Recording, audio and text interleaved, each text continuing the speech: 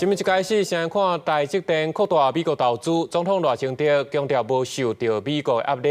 行政院长邓塔嘛讲，这关键技术一定会留伫台湾。不过，这在野党是批评讲，把咱的技术甲人才拢送互人，却话无人一句安全保证。国务部长顾立雄嘛强调，台积电扩大美国投资，未影响到台湾地缘政治的重要地位。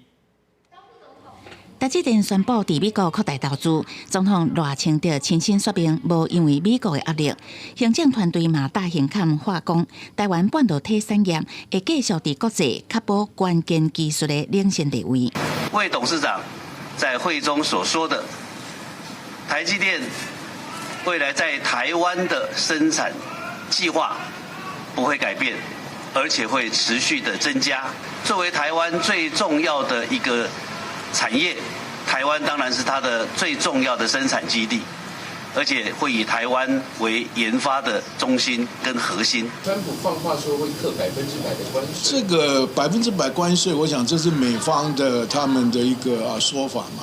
就企业的这个策略来讲，难得的一个好机会啦。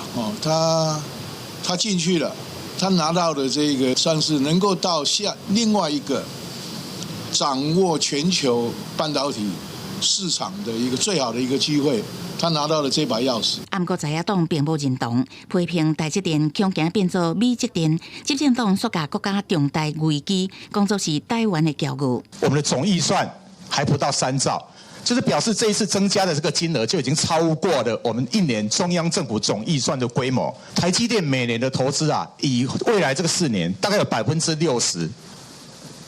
的经费都是在美国，另外还有德国跟日本，扣掉之后，只有剩下25%是在台湾，这对台湾当然是有影响的。今天我们把台积电送给了美国，那么台湾的安全承诺在哪里？